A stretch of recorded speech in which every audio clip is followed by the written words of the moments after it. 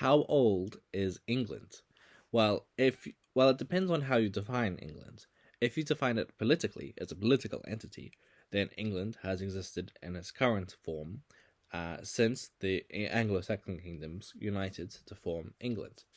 But the land was culturally and linguistically English before then, and was even referred to as England. So that means that England is obviously older than that. So how I define England is I define it as a cultural linguistic entity instead of as a political entity. So how old is England is however old that area of land has been English for, and it has been English since the English first invaded Britain in the late 500s. So around 1400 to 1500 years ago, which means that's how old England is, maybe 1450 years, something like that. But a lot of people don't want to confront that reality because they prefer to imagine that England has always existed, that the English didn't invade, that land has always been English. That, for example, things that happened in Britain before the English arrived happened in England, during the lifetime of England. But that is just simply unhistorical and untrue. And it's not like a mistake, it's obviously purposely done for political reasons to try and give England more legitimacy. Um, like as a form of propaganda that's goal is to give England more legitimacy. So I call this kind of lie a national myth. It's a myth that is created to help give the nation legitimacy. And England is not the only country that does this. France does it too, Scotland, Lebanon, Egypt, many countries around the world, which were founded on colonization and conquest and on the destruction of the native people, have done this. And it's really like a very bad thing to do this because it completely erases the native people, especially if they still exist. Like, for example, in the case of England, the native people that the English destroyed to create England still exist. They still live in Wales, Cornwall, and Brittany. So it really discredits them and their claim just to try and support the existence of England. It's basically a purely pro-colonialist idea and ideology. And if you think about it that way, then the actions that England has done as a nation since its founding, the British Empire, and even before that, with the Hundred Years' War and stuff, start to make sense. You can start to see how a nation founded on colonization might continue to be colonialist. And I'm not saying that anything massive needs to change, but I do think that it's time, that we've evolved as a people past the need to have national myths into a new era where we are surely enlightened enough to be able to confront and acknowledge the truth. Um, that doesn't mean that England needs to be destroyed, it can stay there, but we must acknowledge that it hasn't always been England. That, for example, during the Roman occupation of Britain, there was no England. So that is my pet peeve when people cling so strongly to this national lie, basically, that they refuse to acknowledge the truth, no matter how much evidence there is out there. Like, if, for example, if you don't believe me of all this that I've said, then go research it, go read it. The history books and stuff, they tell the truth.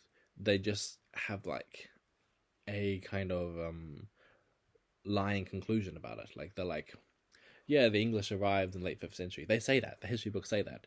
But then their lying conclusion is that it was England before the English arrived, which doesn't make any sense. Anyway, thank you for listening to my TED Talk.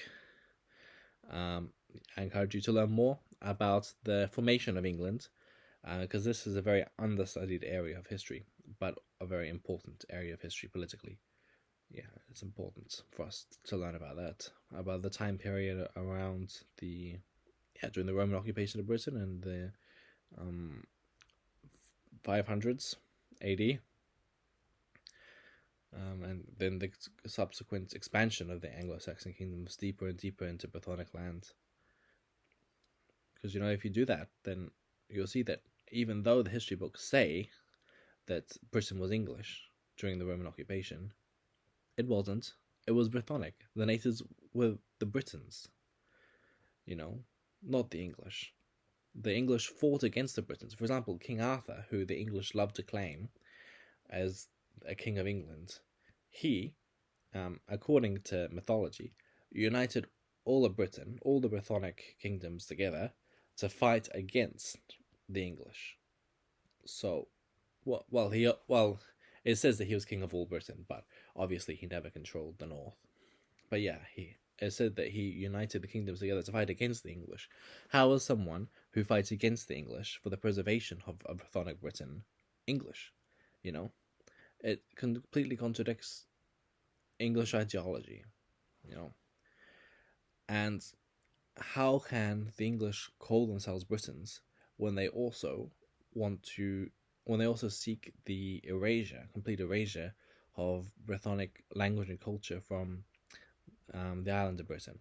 Like, if that's your own language and culture, then why don't you learn it? And why do you want to see it destroyed? The English do have a lot of Brythonic DNA, but DNA doesn't make a people. A shared cultural linguistic identity does. Back during the early days of colonization of Britain, there are many peoples who had shared Brythonic English ancestry, because there was a lot of intermarriage between the natives and the English. But their identity was always based on their cultural, linguistic identity. So yeah, that's my rant. If you are English and you're calling yourself a Briton, you're not. But if you want to be, then go study a Brythonic language. You can't be a Briton if you don't speak a Brythonic language. There's plenty of resources to study Brythonic languages, and yeah, if you want to, learn a Brythonic language, adopt Brythonic culture, and start to fight for the rights of the Brythonic people, then you can call yourself a Briton, 100%. I encourage you to do that and become a Briton.